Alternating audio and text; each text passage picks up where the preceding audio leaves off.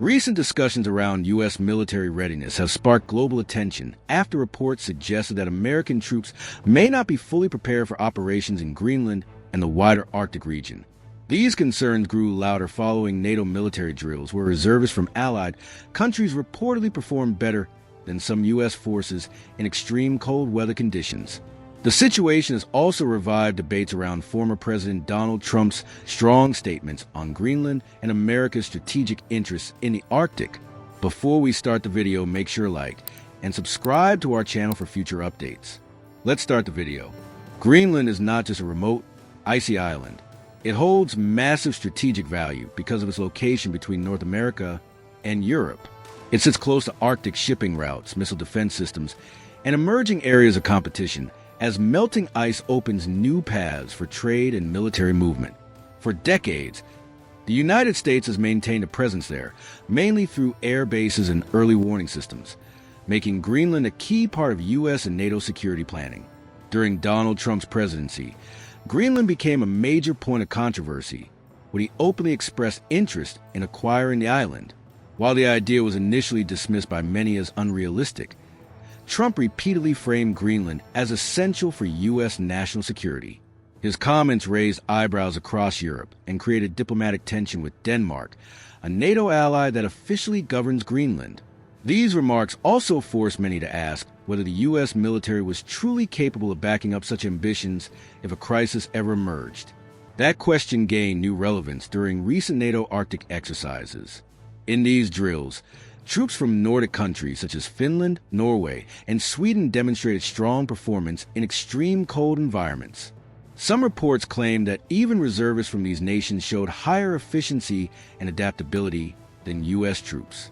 This comparison was striking because reservists are often part-time soldiers, yet they appeared better suited to Arctic warfare due to lifelong exposure to harsh winter conditions. Arctic warfare is unlike conventional military operations. Temperatures can drop far below freezing, daylight can disappear for weeks, and terrain becomes treacherous with ice and snow. Weapons behave differently. Vehicles struggle to move, batteries drain faster, and basic survival becomes a daily challenge. Soldiers must know how to ski, operate in whiteout conditions, and survive with limited supplies. These are skills that cannot be mastered quickly and require long-term, specialized training. Many European Arctic nations train for these conditions year-round. Countries like Finland have built their military doctrine around cold weather defense, as their geography demands it. Their soldiers grow up in harsh climates and are accustomed to operating in snow-covered terrain. This gives them a natural advantage in Arctic drills compared to U.S. forces, who are often trained for deserts, urban warfare, or temperate regions. The U.S. military, despite being one of the most advanced forces in the world, has acknowledged gaps in its Arctic readiness. Analysts point out that the U.S. lacks sufficient ice-capable ships, cold weather infrastructure, and Arctic-specific logistics systems. Maintaining supply lines in frozen regions is extremely difficult, and without proper preparation, even well-equipped troops can struggle to operate effectively. These limitations became more visible during NATO exercises, where coordination and adaptability were tested in real Arctic conditions.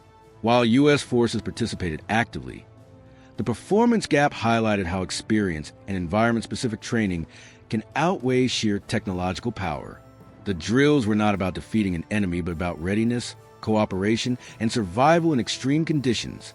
NATO allies responded to the broader Greenland tension by reinforcing their presence in the region. Denmark, supported by other European nations, conducted exercises designed to demonstrate collective defense and sovereignty over Greenland. These moves were meant to send a message of unity and preparedness, not just to potential adversaries, but also to reassure allies amid political uncertainty. At the same time, the alliance faced internal challenges. Some participating countries struggled with logistics and sustainability during Arctic deployments, showing that even experienced forces are tested by such environments. Still, NATO emphasized that these exercises are learning opportunities meant to identify weaknesses and improve coordination across allied forces. For the United States, the situation has become a wake-up call.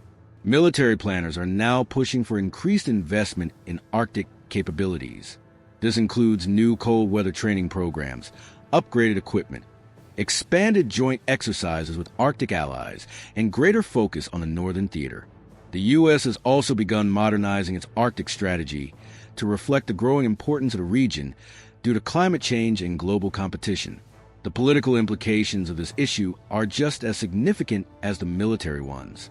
Trump's rhetoric around Greenland strained relations with European allies and raised concerns about respect for NATO principles.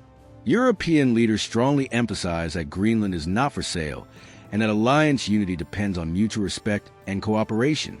These tensions have encouraged European nations to strengthen their own Arctic defense initiatives. Some countries are investing more heavily in regional security to reduce reliance on external powers. This shift reflects a broader trend within NATO, where allies seek to balance cooperation with greater self-reliance. Despite the controversy, most defense experts agree that the U.S. military remains a critical pillar of NATO security.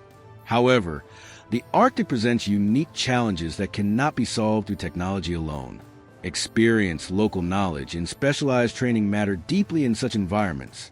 The recent drills highlighted that being the strongest military overall does not automatically translate into dominance in every terrain. Looking ahead, the Arctic is expected to become an even more important strategic region. Melting ice is opening new shipping routes and access to valuable natural resources, increasing competition among global powers. This makes military readiness in the region not just a regional issue, but a global one. In the end, the reports suggesting that NATO reservists outmatch U.S. troops in Arctic drills are less about embarrassment and more about awareness. They underline the need for adaptation in a changing world. For the U.S., the lesson is clear. Arctic readiness requires long-term commitment, cooperation with allies, and respect for the unique challenges of the region. The Greenland debate has shown that military strength is not only measured by budget or firepower, but by preparation, environment-specific skills, and alliance trust. As global focus shifts northward, the ability to operate effectively in the Arctic may become one of the defining factors of future military power. I hope you enjoyed this video. If you did, make sure to like and subscribe to our channel for future updates. See you in the next videos.